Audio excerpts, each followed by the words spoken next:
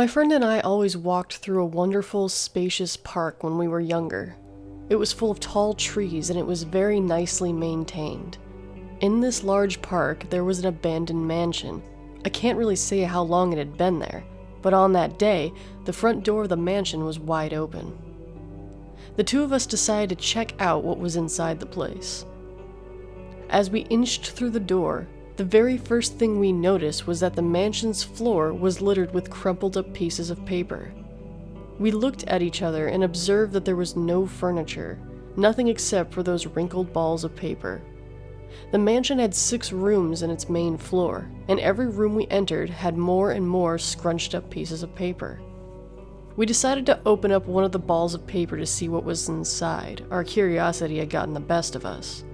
I picked up a single wrinkled piece, and as my friend picked up another, I unfolded the paper, smoothing out its bends and dents. At that moment, it was almost as if a piece of a rainbow emerged before our eyes, and I was suddenly standing next to a large window in one of the upstairs rooms of the house. I was looking outside into the large park. When I looked down at the piece of paper I held, it read, "Look outside the large window that oversees the park in the upstairs parlor." I dropped the piece of paper, and it fluttered gracefully to the ground. Meanwhile, I stared at my open hands in a bout of horror. Dazed and utterly perplexed, I found my way downstairs and met up with my friend. He was in the kitchen, sitting at a round table that hadn't been there before. Where did that come from, I wondered. He looked at me and turned the page my way. It said, "Go to the kitchen and sit at the round table." We stared at each other for a few moments, vaguely afraid, but then we began to chuckle. Within seconds, we were laughing our heads off, marveling at our newfound game. We could hardly believe what had happened, but being young as we were, the mystery was endlessly exciting. We decided again to open another scrunched up piece of paper. As we opened up the crumpled papers on the floor, we experienced the same sudden flash of rainbow colors. But this time, I ended up laying down in the field behind the mansion. When I peered over to the paper in my hand, it read, "Lie down in the field behind the mansion." I giggled uncontrollably. After a few moments of running around the house, I found my friend collecting multiple balls of paper in his arms, eager to experience more of these strange, exciting phenomena. We both got the gist of what was happening at this point. We had no idea as to how it was possible, but we had decided to have more fun with it. The supernatural always had a way of captivating our hearts. After a few more runs through these strange mini teleportation devices, I began to feel apprehensive. I wondered if, at some point, I would be placed somewhere I didn't want to be, or I'd be made to do something I didn't enjoy. We continued though. Minute after minute, we unfolded more papers and traveled through bedrooms, closets, trees. But then, after having been on the roof of the mansion, I stood before my friend, dead on the living room floor.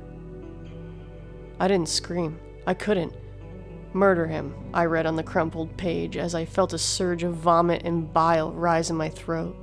Nothing came out, but the sickness in my throat spread to my stomach, my head, and my heart. I didn't know what to do. At this point, I began to scream and shout, praying for God that this was a nightmare. I wanted it to go away. I wanted to rewind our day and be outside again, together, walking underneath the trees. All I could do was hide his body in a cupboard. I willed myself to be calm, and I hesitantly unfolded another paper in the hopes that the problem would correct itself.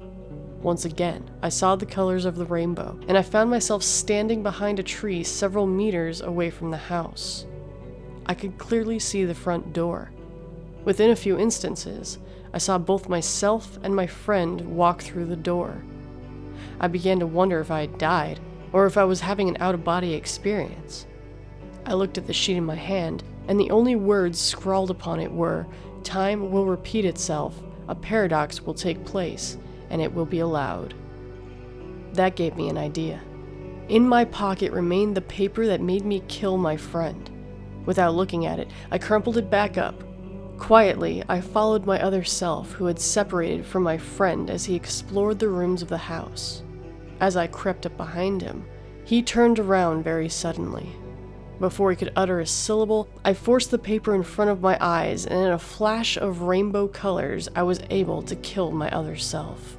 The laws of time allowed me to take over my dead self's place in this world, and also because of the fact that it was allowed to happen, as it was written in the second piece of paper that I had on me, which reversed time. It must have control over time and paradoxes, which made me now the new alive and present of my other dead self.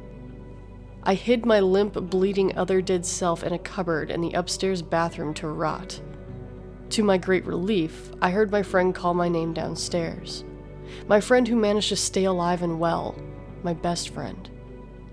When I went downstairs, he greeted me excitedly, smiling childishly and being blissfully unaware of the situation. I pretended that nothing had happened. In a heartbeat, I told him that the house creeped me out and that it would be much better if we left.